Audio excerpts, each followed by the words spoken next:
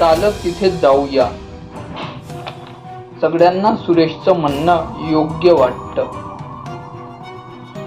आणि ते हॉटेलच्या दिशेने चालायला सुरुवात करतात. अचानक वादळ येतं आणि जोराचा पाऊस सुरू होतो.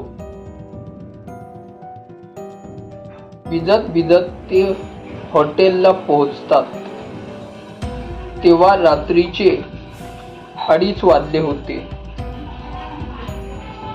लोकेश हॉटेल रिसेप्शनिस्ट सोबत बोलत रूम बुक करतो आणि पैसे भरतो. सगळे रूम मध्ये जातात आणि टेन्शन मध्ये असतात. तन्मय सगळ्यांना सांगतो की आता घाबरायचं कारण नाही, आपण सगळे सुरक्षित आहोत. आता सगळे झोपा, सकाळी उठून